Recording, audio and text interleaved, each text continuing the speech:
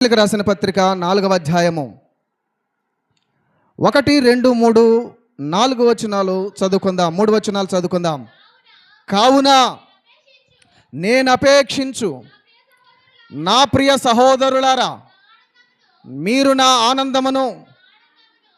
ఆనందమును నా కిరీటమునై ఉన్న నా ప్రియులారా, ఇట్లు ప్రభువునందు స్థిరులై ఉండుడి. ప్రభువునందు ఏక మనస్సు గలవారై ఉండుడి. యువోదియకును సుంటికేను బతిమాలు కొనుచున్నాను. అవును, నిజమైన సహకారి ఆ స్త్రీలు నా ఇతర సహకారులతోనూ సువార్త పనిలో నాతో కూడా ప్రయాసపడిన వారు గనుక వారికి సహాయము చేయమని నిన్ను వేడుకొనుచున్నాను. ఆ సహకారుల పేరులు జీవ గ్రంథమందు రాయబడి ఉన్నవి. ఈనాటి మన అంశము, జీవ గ్రంథంలో మన పేర్లు రాయబడాలంటే ఏమి చేయాలి? ఏం అంశం? జీవ గ్రంథంలో మన పేర్లు రాయబడాలి అంటే మనం ఏ విధంగా జీవించాలి, లేక ఏమి చేయాలి అనేటువంటి విషయాన్ని ఈనాడు మనము ధ్యానించుకుందాం. ప్రెజెంట్ బిల్లరా జ్ఞాపకం చేసుకుందాం. ఈ ఫిలిప్పీ యొక్క పత్రికను ఒకసారి మనం ఆలోచన చేస్తే, ఇది చెరసాల పత్రిక. ఏ పత్రిక?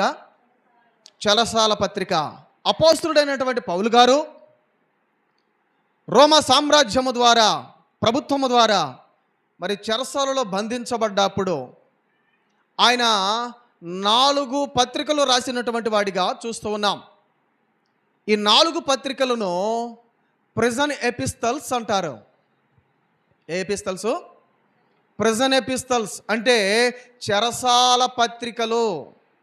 ఏంటివి? చెరసాల పత్రికలు అనగా చెరసాలలో ఉండి రాస్తున్నటువంటి 4 పత్రికలు. ఏవేమిటి అనగా ఎఫెసీయులకు రాసిన పత్రిక, ఫిలిప్పీలకు రాసిన పత్రిక, కొలస్సీయులకు రాసిన పత్రిక, ఫిలోమోనుకు రాసిన పత్రిక.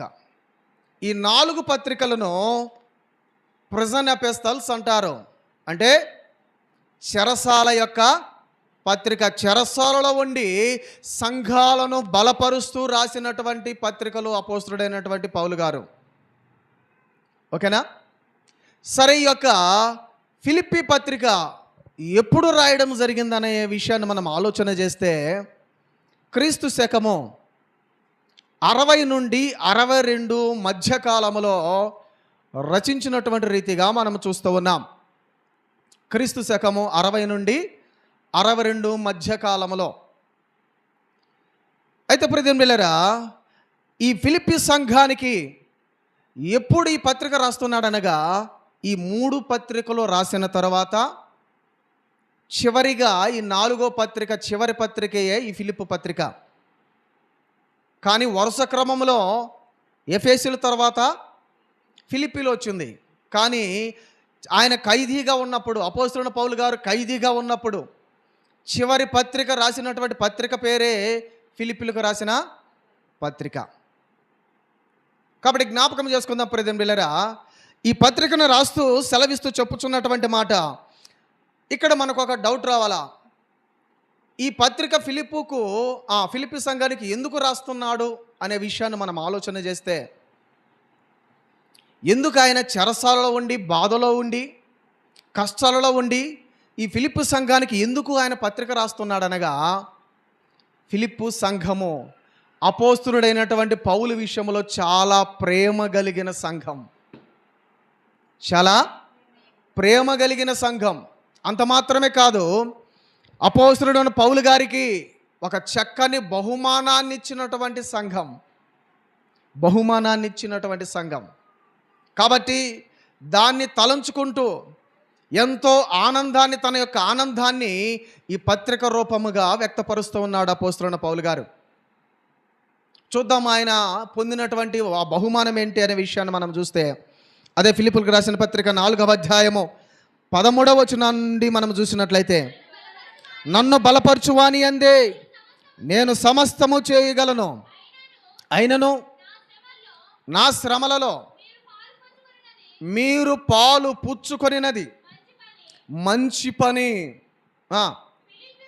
ఫిలిప్పీయులారా, సువార్తను నేను బోధింపనారంభించి మాసిదోనియలో ఉండి వచ్చినప్పుడు ఆ ఇచ్చు విషయములోను పుచ్చుకొను విషయములోను మీరు తప్ప మరి ఏ సంఘపు వారును నాతో పాలివారు కాలేదని మీకే తెలియను. చూడండి, అపోస్తలుడైన పౌలు గారు మాసిదోనియాకి వచ్చినప్పుడు, ఆ ఫిలిప్పు నగరంలోనికి ప్రవేశించినప్పుడు ఈ సంఘము తప్ప ఇచ్చుటలోను పుచ్చుకొనుటలోను, ఈ రెండు విషయాలలోనూ ఈ ఫిలిప్పు సంఘము తప్ప మరి ఏ సంఘం ఆయనతోటి పాలివారు కాలేదంట, ఏ సంఘస్థులు ఆయనతోటి కలవలేదంట.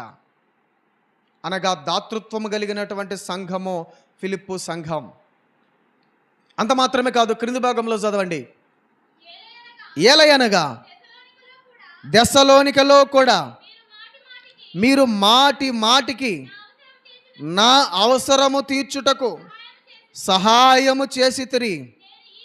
నేను ఈవిని ఆపేక్షించి ఇలాగు చెప్పుటలేదు కానీ మీ లెక్కకు విస్తార ఫలములు రావాలనని ఆపేక్షించి చెప్పుచున్నాను.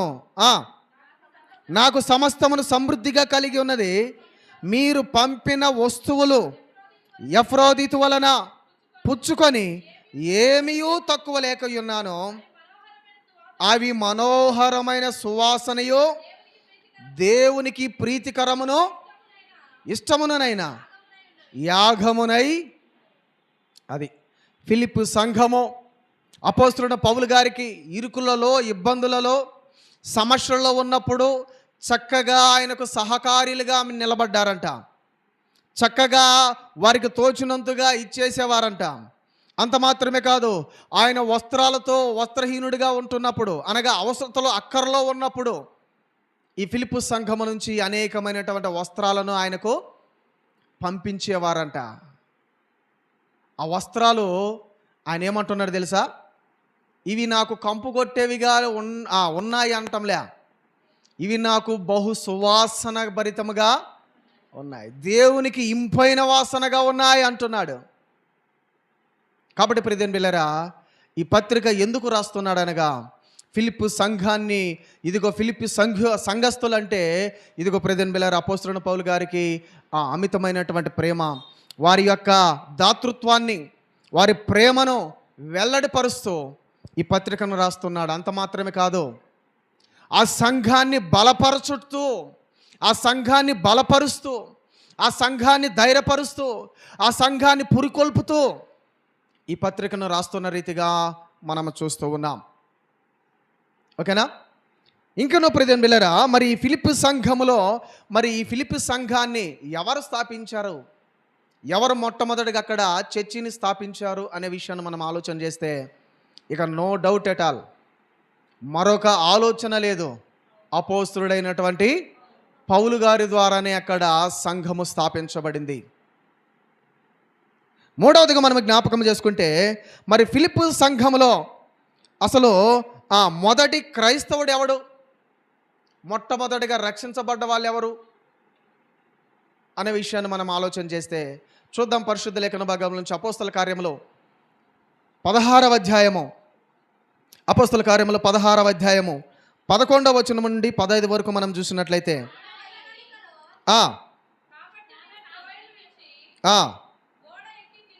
ఓడ ఎక్కి తిన్నగా నెకబోలియకును అక్కడ నుండి ఫిలిప్పునకు వచ్చితిమి. మాసిదోనియా దేశములో ఆ ప్రాంతమునకు అది ముఖ్య పట్టణం. మాసిదోని అనేటువంటి ఆ ప్రాంతానికి, ఆ నగరానికి ఫిలిప్పు అనేటువంటిది ఒక ముఖ్య పట్టణం. ఇది ప్రవాస సంబంధమైనటువంటి పట్టణం. రోమియుల ప్రవాస స్థానమై ఉన్నది. రోమిలందరూ ప్రవాస స్థానమై ఉన్నది. ప్రయాణం చేసేటువంటిది, వ్యాపారాలు చేసేటువంటి పట్టణంగా ఫిలిప్పు సంఘం ఉన్నది. మేము కొన్ని దినములు ఆ పట్టణంలో ఉంటిమి. విశ్రాంతి దినము గవిని దాటి నదీ తీరమున ప్రార్థన జరుగుననుకొని అక్కడ నుండి వచ్చి కూర్చొని ఉన్నా. కూడి వచ్చిన స్త్రీలతో మేము మాట్లాడుచుంటిమి. అప్పుడు లూదియా అను దైవభక్తి గల ఒక స్త్రీ నిల్చుండెను. మొట్టమొదటిగా ఫిలిప్పి సంఘంలో క్రైస్తవురాలుగా లిఖించబడినటువంటిది, క్రైస్తవురాలుగా పేరొందినటువంటి ఎవరై అనగా లూదియా అనేటువంటి స్త్రీ. ఆమె పౌలు గారు చెప్పేటువంటి వాక్యాన్ని విని రక్షించబడి మొదటి క్రైస్తవరాలుగా లెక్కలోనికి లిఖించబడింది. ప్రెజెంట్ బిల్లర్ జ్ఞాపకం చేసుకుందాం. మరి లూదియా పేరు అపోస్తల కార్యంలోనే మనం చూస్తున్నాం, కానీ మరి ఫిలిప్పు సంఘములో ఎక్కడ పౌలు గారు లూదియా గురించి ప్రస్తావన చేయలేదు. అయితే ప్రెజెంట్ బిల్లర్ మరొక విషయాన్ని కూడా జ్ఞాపకం చేసుకుందాం. ఈ యొక్క ఫిలిప్పు సంఘములో, ఈ చర్చిలో ఒక 3 రకాలమైనటువంటి సమస్యలు ఉన్నాయి. ఎన్ని రకాలు? 3 విధాలైనటువంటి సమస్యలను ఎదుర్కొంటుంది ఫిలిప్పు సంఘం. ఏమిటయ్యా ఆ సమస్య అనగా, మొదటిగా ప్రెజెంట్ బిల్లరా, ఇది ఇతర చర్చిలలోకి చొరబడేటువంటిదిగా ఉంటుంది. ఇతరులుగా చర్చిలలోకి వెళ్తూ ఉంది. రక్షించబడ్డారు, మరలా వేరే వారి యొక్క చర్చిలలోనికి వెళ్ళిపోతున్నారు. అది మొదటి సమస్య. రెండవదిగా ప్రెజెంట్ బిల్లరా, చర్చి వెలుపటి వారి చేత శిక్షించబడతా ఉన్నారు. చర్చి వెలుపటి వారి చేత అనగా దేవుని ఎరగనటువంటి వారి చేత దేవుని ఎరిగినటువంటి వారు శిక్షించబడతా ఉన్నారు సంఘము. మూడవదిగా, వీరు వెళ్ళిపోయినటువంటి ఇతర సంఘాలలోకి ఆ దుర్బోధల వలన ప్రియమైన దేవుని బిడ్డలారా బెదిరింపబడతా ఉన్నారు. ఈ 3 రకాలమైనటువంటి సమస్యలను ఈ ఫిలిప్పు సంఘము ఎదుర్కొంటూ ఉంది. ఓకేనా? అయితే ఈ ఫిలిప్పు సంఘము, ఈ ఫిలిప్పు అనేటువంటి మాట మరి వ్యక్తి పేరా, మరి ఎవరి పేరు అని మనం ఆలోచన చేస్తే, ఇది ఫిలిప్పు అనేటువంటి సంఘము పేరు, నగరము పేరు, వ్యక్తి పేరు కాదు. ఓకేనా? అందుకే అపోస్తలుడు పౌలు గారు ఫిలిప్పీలకు రాసిన పత్రిక అనగా ఫిలిప్పీలు అనేటువంటి నగరానికి, ఆ సంఘానికి రాస్తున్నటువంటి పత్రికగా మనం ఇక్కడ చూస్తూ ఉన్నాం. అయితే ప్రియమైన బిడ్డలారా, ఇప్పుడు మనము మన అంశంలోనికి వద్దాం. అపోస్తలుడైన పౌలు గారు మరి ఫిలిప్పీలకు రాసిన పత్రిక 4వ అధ్యాయంలో మనం చదవబడిన లేఖన భాగంలో మనం చూస్తే, జీవ గ్రంథంలో మన పేర్లు లిఖించబడాలంటే మనం ఏ విధంగా ఉండాలి, ఏవి చేయాలి అనేటువంటి విషయాన్ని, ఒక 3 విషయాలను త్వరగా జ్ఞాపకం చేసుకుందాం. చదమ్మా. కావున నేను అపేక్షించు నా ప్రియ సహోదరులారా, నా ఆనందమును నా కిరీటమునై ఉన్న నా ప్రియులారా, ఇట్లు ప్రభువునందు స్థిరులై ఉండండి. జీవ గ్రంథంలో మీ పేర్లు లిఖించబడాలంటే మీరు ఏ విధంగా ఉండాలనగా, ప్రభువునందు స్థిరులై ఉండాలా. అనగా నేను చెరసాలలో ఉన్నా, అపోస్తలుడైన పౌలు గారు చెరసాలలో ఉన్నాడు, కానీ సంఘాన్ని మాత్రము ఎందులో ఉండమంటున్నాడు? ప్రభువునందు ఉండమంటున్నాడు. నా శ్రమలను చూసి, నా బాధలను చూసి, నా కష్టాలను చూసి మీరు ప్రభువు నుండి వేరైపోతారేమో, ప్రభువుకు దూరముగా జీవిస్తారేమో. కాదు, మీరు ప్రభువులోనే స్థిరులై ఉండాలా. అటు ఇటు కదలిక లేనటువంటి వారిగా, అటు ఇటుగా చక్కర్లు కొట్టేటువంటి వారిగా ఉండకూడదు. ప్రభువులోనే మీరు స్థిరత్వాన్ని కలిగినటువంటి వారిగా ఉండాలంటూ ప్రియదేవుని బిడ్డలారా హెచ్చరిక చేస్తున్నటువంటి రీతిగా చూస్తూ ఉన్నాం. అపోస్తల కార్యములు 11వ అధ్యాయము 26వ వచనాన్ని మనం చూసినట్లయితే, అపోస్తల కార్యములు 11వ అధ్యాయం 26వ వచనం. వారు కలిసి ఒక సంవత్సరమంతయు సంఘములో ఉండి బహు జనములకు వాక్యమును బోధించిరి. మొట్టమొదటి అంతియోకయలో శిష్యులు క్రైస్తవులు అనబడ్డారు. వీరందరూ ఒకే చోట ఉన్నారంట. అనగా సువార్త ప్రకటించడం, సువార్త అందించడం ఆ రోజులలో చాలా కష్టతరమైంది. దేవుడు మరణించిన తర్వాత ఈ మిగతా శిష్యులందరూ ఆ యొక్క సువార్తను, ఆ పఠిమను బలముగా చేబూని నడుములు బిగించి సువార్తను అందించడానికి ప్రయాసపడుతూ ఉన్నారు, ముందుకు వెళ్తూ ఉన్నారు. అందులో వీళ్ళు ఎలా ఉన్నారనగా స్థిరముగా ఉన్నారు. వీళ్ళను బెదిరిస్తూ ఉన్నా, వీళ్ళను రకరకాలమైన శోధనలకు గురి చేస్తూ ఉన్నా చెదిరిపోకుండా ఒకే మనస్తత్వం కలిగినటువంటి వారై, ఒకే విశ్వాసం కలిగినటువంటి వారై ప్రభువులోనే ప్రియదేవుని బిడ్డలారా సంఘమంతా స్థిరముగా ఉన్న రీతిగా మనం చూస్తూ ఉన్నాం. సమస్యలు వచ్చినప్పుడే మనం ఎలా ఉండాలనగా స్థిరులమై ఉండాలి.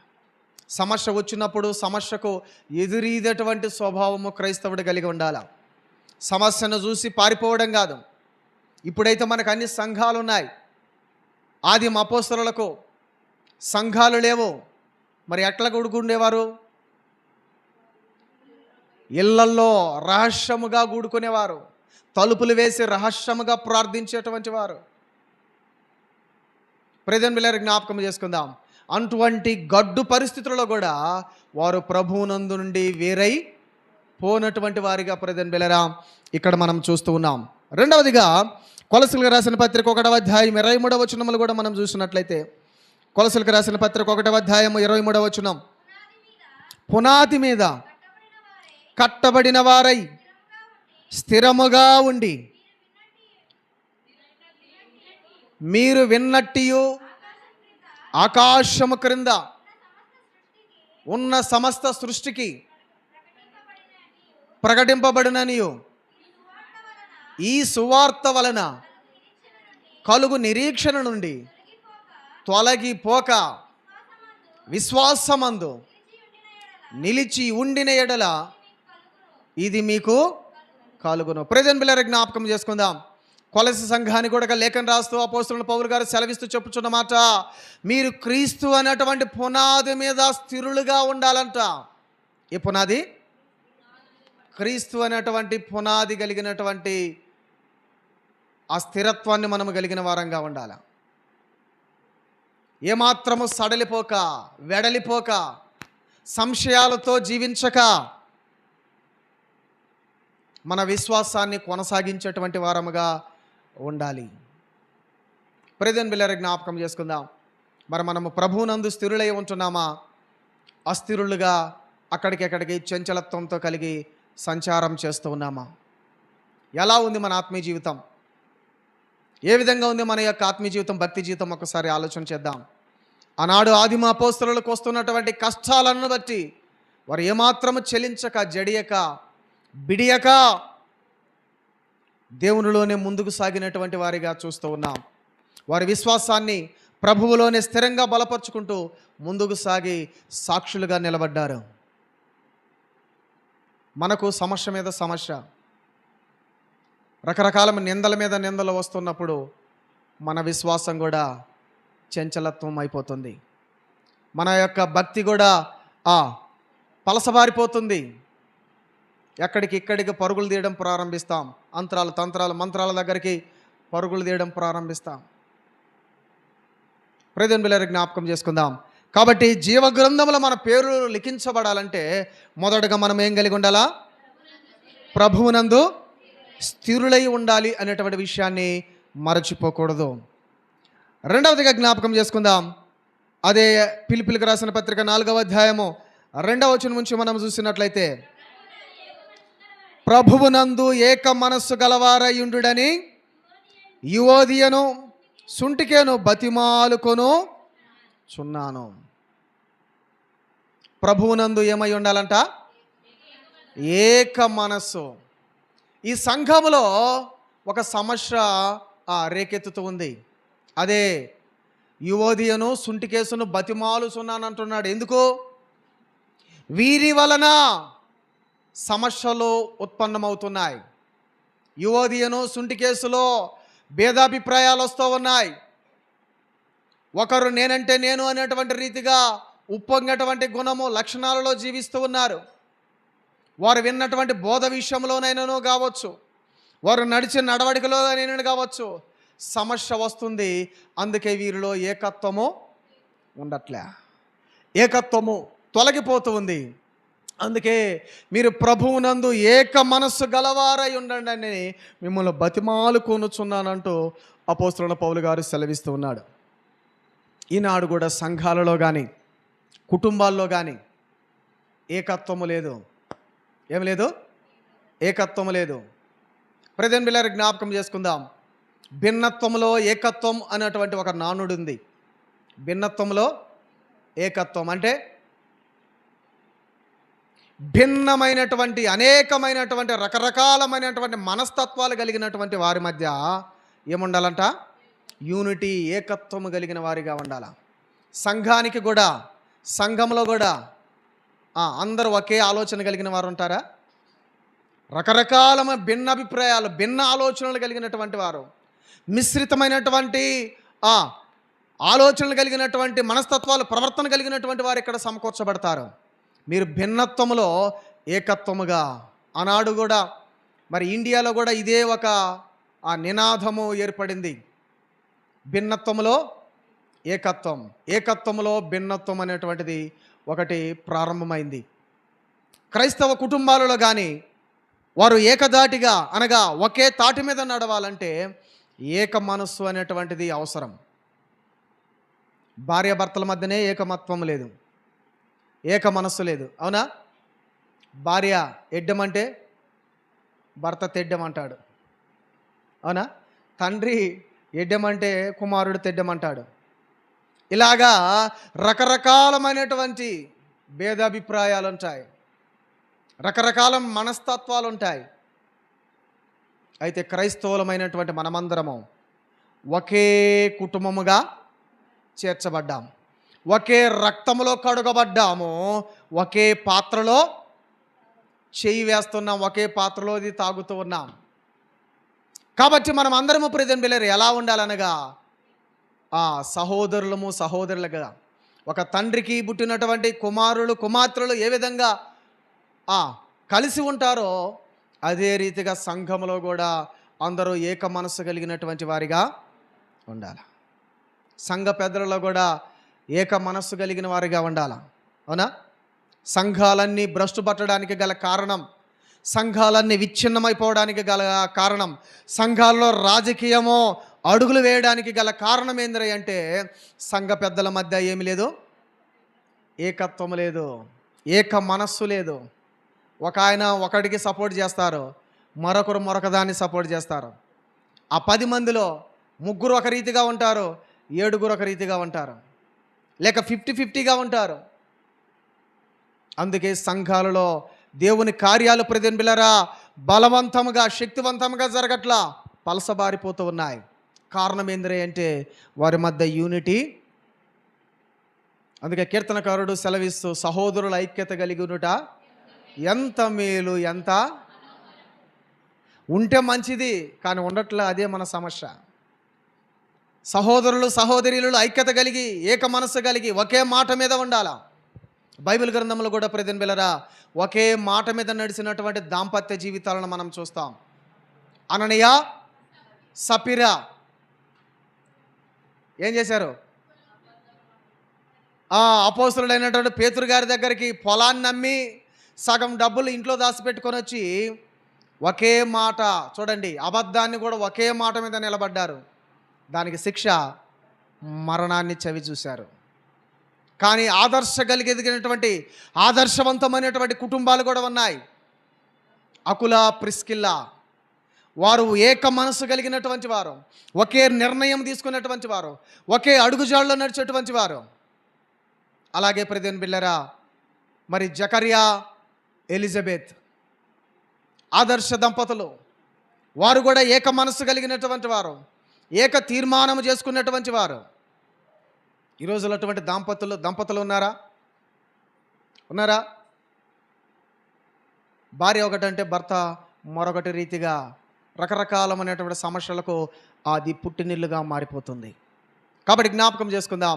రెండవదిగా మనము జీవ కిరీటములో అనగా జీవ గ్రంథములో మన పేరులు లిఖించబడాలంటే మొదటిగా మనం ఏం కలిగి ఉండాలా? ప్రభువునందు స్థిరులై ఉండాలా. రెండవదిగా ప్రభువునందు ఏక మనస్సు కలవారమై జీవించాలన్న విషయాన్ని జ్ఞాపకం చేస్తున్నాను. అపోస్తల కార్యములు 1వ అధ్యాయము 14వ వచనాన్ని మనం చూసినట్లయితే, అపోస్తల కార్యములు 1వ అధ్యాయము 14వ వచనం, వీరందరూ వీరితో కూడా కొందరు స్త్రీలను యేసు తల్లి అయిన మరియయు ఆయన సహోదరులను ఏక మనస్సుతో ఎడతెగక ప్రార్థన. సంఘము స్థాపించబడేటప్పుడు, సంఘము కష్టాల గుండా ప్రయాణిస్తూ ఉన్నప్పుడు ప్రియమైనలారా, అనేకులు ఒక చోట చేరి ఏక మనస్సు కలిగి ప్రార్థన చేస్తూ ఉన్నారంట. ఇంచుమించు ఎంతమంది అంట? ఆ క్రింది భాగంలో 120 మంది సహోదరులు ఒక చోట చేరి ఏక మనసు కలిగి ఉన్నారంటక. ఏం కలిగి ఉన్నారు? 120 మంది కూడా ఒకే మనస్సు కలిగి, ఒకే ఆలోచన కలిగి, ఒకే దృక్పథాన్ని కలిగి, ఒకే తలంపుని కలిగి ప్రార్థనలో ఆ ఏకత్వాన్ని అక్కడ చూపిస్తున్న రీతిగా చూస్తున్నాం. మనము ప్రార్థన చేస్తాం. ఎప్పుడు? ఆల్ నైట్కి ప్రార్థన చేస్తాం. ఒక అక్క ప్రార్థన చేస్తుంటే మరొక గురకబెట్టి గుర్ర అంటుంటుంది. ఒక అక్క ప్రార్థన అయిపోద్ది, ఇక ఆ ప్రార్థనలో మరలా ఏకీభవించం. ఒకరు ప్రార్థిస్తున్నప్పుడు ఆ ప్రార్థనలో మనం కూడా ఏకీభవిస్తుంటే, అవును ప్రభు అలా జరుగునుగాక, అలా చేయగాక అని అలా ఏకీభవిస్తుంటే మనకు నిద్ర దరిదాపురాదు. నీ మటుకు నువ్వు ప్రార్థన చేస్తావు, చక్కగా కూర్చుంటావు, నిద్ర హాయి చెప్పుద్ది తన వశాన మార్చుకుంటుంది. ఇక్కడ 120 మంది ఒక చోట చేరి ఏమాత్రమో ఆ నిద్ర మత్తుకు అవకాశం ఇవ్వక, మరొక విషయానికి అవకాశం ఇవ్వక అందరూ ఏక మనస్సు కలిగి ప్రార్థించేవారిగా ఉన్న రీతిగా మనం చూస్తూ ఉన్నాం. మరొక విషయాన్ని చూద్దాం. ఎజ్రా గ్రంథం 3వ అధ్యాయం 1వ వచనం. ఎజ్రా గ్రంథం 3వ అధ్యాయము 1వ వచనం.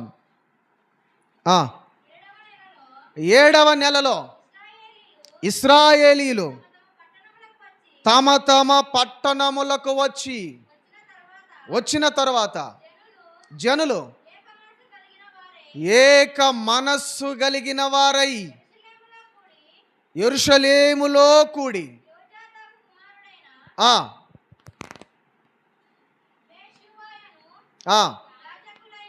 యాజకులైన అతని సంబంధులను, షప్తియేలు కుమారుడైన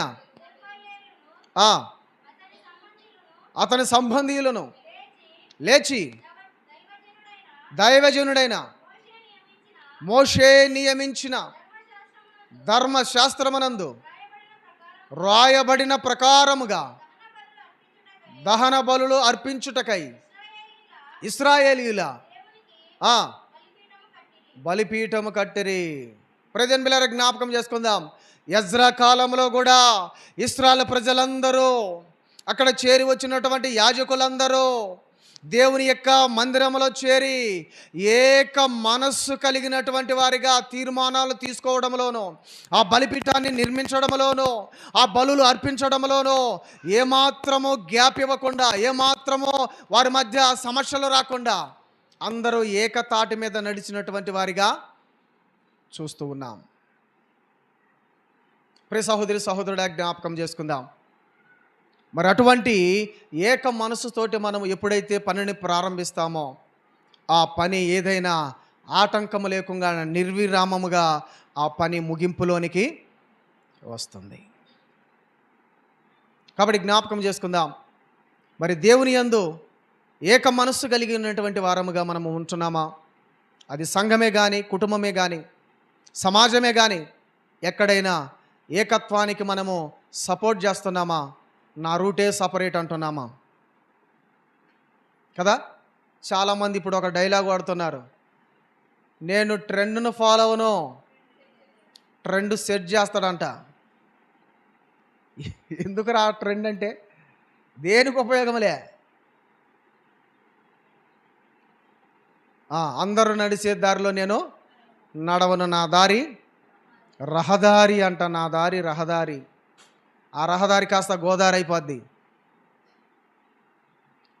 కాబట్టి జ్ఞాపకం చేసుకుందాం, ఏకత్వాన్ని కలిగి ఉండడానికి, ఒకరు ఏదన్నా చెప్పినప్పుడు దానిని సపోర్ట్ చేయడానికి మన వంతుగా కృషి చేసేటువంటి వారముగా ఉండాలి. ఓకేనా? మూడవదిగా చూద్దాం. మూడవదిగా ప్రజల పిల్లారా, జీవగ్రంథంలో మన పేర్లు లిఖించబడాలంటే మనం చేయాల్సినటువంటి మరి మూడవ పని ఏంటనగా, మూడవ వచనాన్ని జ్ఞాపకం చేసుకుందాం. అవును, నిజమైన సహకారి ఆ స్త్రీలు క్లెమెంతుతోనూ నా ఇతర సహకారులతోనూ సువార్త పనిలో నాతో కూడా ప్రయాసపడిన వారు గనుక వారికి సహాయము చేయమని నిన్ను వేడుకొనుచున్నాను. ఆ సహకారుల పేరులు జీవగ్రంథమందు రాయబడి. ఇక్కడ స్త్రీలు అపోస్తులుడైనటువంటి పౌలు గారి యొక్క సేవలో, సువార్త పనిలో బహు విరివిగా వాడబడ్డారంట. ఏం చేయబడ్డారు? బహు విరివిగా ప్రయాసపడ్డారంట. ప్రయాసపడ్డారు. జీవగ్రంథంలో మన పేరు లిఖించబడాలంటే మూడవదిగా ఏం చేయాలనగా, ప్రభువు సేవలో ప్రయాసపడేవారిగా ఉండాలి. ప్రభువు సేవ కొరకు మనము ప్రయాసపడేటువంటి వారముగా ఉండాలి. మనకు ప్రయాస లేదో అంత ఆయాసే, అంత అసూయే కదా. ప్రయాస తక్కువ, ఆయాసం ఎక్కువ, అసూయ ఎక్కువ. ఎవరన్నా సంఘములో మరి పాస్టర్ గారు లేనప్పుడు ఎవరన్నా వాక్యం చెప్తున్నారా, వెంటనే మనకు ఈనో ప్యాకెట్లు కావాల్సి వస్తుంది.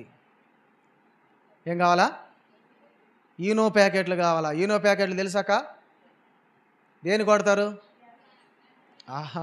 అజీర్తి, కడుపు మంట. ఎవరన్నా వాక్యం చెప్తుంటే వాళ్ళు స్త్రీలే కానీ పురుషులే కానీ, ఈయన వస్తుండే, ఈమె భలే చెప్తుంది. ప్రభు సేవలో ప్రయాసపడడానికి మనం వంతుగా కృషి చేయాలి. నువ్వు ఎలాగూ చేయవు, చేసేవారిని చేయనియవు. మేసేగాడిదొచ్చి కూసేగాడిదొచ్చి మేసేగాడిదను చెడగొట్టిందంట. అంటే అది మేయదు, మేసేదాన్ని మేయనేదు. నువ్వు చెప్పవు, చెప్పే వాళ్ళని చెప్పనీయవు. జాగ్రత్త. మరి జీవగ్రంథంలో నీ పేరు లిఖించబడాలంటే ఆషామాష అనుకున్నావా? నీ వంతుగా దేవుని సేవ కొరకు, దేవుని పరిచర్య కొరకు సహకారిగా క్లెమెంతుతోనూ, ఎవరంట? ఆ స్త్రీలు క్లెమెంతుతోనూ ఇతర సహకారులతోనూ సువార్త పనిలో ఎంతో ప్రయాసపడ్డారు. ఒక స్త్రీలు అపోస్తలుడైన పౌలు గారికి సువార్త పనిలో ఎంతగానో ప్రయాసపడ్డారు, ఎంతగానో పరిచర్య చేశారు. మరి మనము పరిచర్య, మనము సువార్తలో దైవ సేవకులకు ఎంతగా మనం సహకరిస్తున్నాం? దేవుని బిడ్డలకు మనం ఎంతగా సువార్త పని కొరకు ఎంతగా సహకరిస్తున్నాం? ఒక్కసారి ఆలోచన చేద్దాం. ప్రియ సహోదరి సహోదరుడా, జ్ఞాపకం చేసుకుందాం. మరొక విషయాన్ని చూద్దాం. కొలసీలకు రాసిన పత్రిక 1వ అధ్యాయము 29వ వచనాన్ని మనం చూసినట్లయితే, కొలసీలకు రాసిన పత్రిక 1వ అధ్యాయం 29వ వచనం. అందు నిమిత్తము కార్యసిద్ధి కలుగజేయు ఆయన క్రియాశక్తిని బట్టి నేను పోరాడుచు ప్రయాస పడుచున్నాను. అందు నిమిత్తము నాలో బలముగా కార్యసిద్ధి కలుగజేయు ఆయన క్రియాశక్తిని బట్టి నేను పోరాడుచు ప్రయాస. అపోస్తలుల గారి యొక్క ఉద్దేశము, ఆయన ఆలోచన, ఆయన తలంపంతా సువార్త కొరకు, ఆత్మల రక్షణ కొరకు, ఆత్మల భారము కలిగి ఎంతగానో పోరాడుతూ ఉన్నాడు, ప్రయాసపడుతూ ఉన్నాడు. మరి మన ప్రయాస, మన పోరాటం ఎలా ఉంది ఒక్కసారి ఆలోచన చేద్దాం. దేవుని మందిరానికి రావడానికే మనకు ఆయాసం, ఇక ప్రయాసం ఎక్కడ దేవుని సేవలో? ఒకవేళ వచ్చినా కూర్చున్నా మనకు మన మొఖాలన్నీ అడ్డుపోతుంటాయి టైంకి వెళ్ళి. ఇంకా ఎప్పుడా కూర్చోవడానికి రావడానికి మనకి ఇంతగా మరి ఆయాసం వస్తుంటే, క్రీస్తు కొరకు అపోస్తలుడు పౌలు గారి వాళ్ళ ప్రయాస ఎప్పుడు నువ్వు కొనసాగిస్తావు? ఎప్పుడు ప్రారంభిస్తావు? స్త్రీల యొక్క పేర్లన్నీ ఎక్కడ రాయబడ్డాయి అంటున్నాడు అపోస్తలుడు పౌలు గారు? జీవగ్రంథమందు రాయబడి ఆల్రెడీ డిక్లేర్ చేసేస్తున్నాడు. జీవగ్రంథంలో రాయబడ్డాయో లేదో అక్కడికి పోతే మనకు తెలుస్తుంది కదా. కానీ ఇక్కడ ఆయన చెప్తున్నాడు, సేవలో నాతో పాటు పరిచర్య చేసినటువంటి వారి యొక్క పేర్లు జీవగ్రంథంలో ఆల్రెడీ లిఖించబడ్డాయి. అటువంటి వారిగా మనము ఆ సేవలో పాలు పొందేటువంటి వారముగా ఉండడానికి ప్రయత్నం చేద్దాం. చివరిగా కొరింథీయులకు రాసిన మొదటి పత్రిక 15వ అధ్యాయము 58వ వచనాన్ని చూద్దాం. కొరింథీయులకు రాసిన మొదటి పత్రిక 15:58 వచనం. కాగా నా ప్రియ సహోదరులారా, మీ ప్రయాసమును ప్రభువునందు వ్యర్థము కాదని ఎరిగి స్థిరులను కదలని వారును ప్రభువు కార్యాభివృద్ధి యందు ఎప్పటికీ ఆసక్తులై ఉండుడి. కాబట్టి నా ప్రియ సహోదరులారా, మీ ప్రయాస ప్రభువునందు ఏం కాదంట వ్యర్థం కాదు. మీరు ప్రయాసపడి ఇక్కడికి వచ్చారు, ఇక్కడికి వచ్చిన మీ ప్రయాస కూడా వ్యర్థము. అందుకే కీర్తనకారుడు అంటాడు, దేవుని యొక్క మందిరములో ఒక దినము గడుపుట. కాబట్టి మీరు ప్రయాసపడి వచ్చారు, మీ ప్రయాస ఎప్పటికీ వ్యర్థం కాదు. రావడం మాత్రమే కాదు, దేవుని యొక్క సేవలో, దేవుని పరిచర్యలో నీ వంతుగా నీకు తెలిసినటువంటి మాటలైన ఇతరులకు ప్రకటించడంలో, లేక ప్రకటించే వారికి నీ వంతుగా సహాయము చేయడంలో ముందంజలో ఉన్నట్లయితే నీవు ధన్యుడవు, ధన్యురాలవు. కాబట్టి జీవగ్రంథంలో పేర్లు రాయబడడానికి 3 కారణాలు. మొదటిగా, జీవగ్రంథంలో మన పేర్లు రాయబడాలంటే ప్రభువునందు స్థిరులై ఉందాం. రెండవదిగా, ప్రభువునందు ఏక మనస్సు కలిగి ఉందాం. మూడవదిగా, ప్రభువు సేవలో ప్రయాసపడదాం. ఆ జీవగ్రంథములో మన పేర్లు లిఖించబడడానికి మన వంతుగా కృషి చేద్దాం. కళ్ళు మూసుకుందాం, ప్రార్థించుకుందాం. చెప్పబడినటువంటి మాటలను బట్టి ప్రియ సహోదరి సహోదరుడా, నిజంగా మనం ఎలా ఉన్నాం? నిజంగా దేవుడు ఇచ్చేటువంటి ఆ ఉన్నతమైనటువంటి భాగ్యాన్ని, ఆ జీవగ్రంథంలో లిఖించబడబోతున్నటువంటి ఆ పేర్ల లిస్టులో నీవు నేను మనమందరము చేర్చబడడానికి మనము ఈ 3 క్రియలు చేసే వారిగా ఉందాం. ఇదిగో మనము ప్రదేన్ బిళ్ళరా, ప్రభువునందు ప్రయాసపడదాం, ప్రభువునందు స్థిరులై ఉందాం. ప్రభువు సేవలో ఇదిగో ఏక మనసు కలిగి వారు ఉందాం. ప్రభు సేవలో ప్రయాసపడేటువంటి వారంగా ఉందాం. దేవుని అడుగు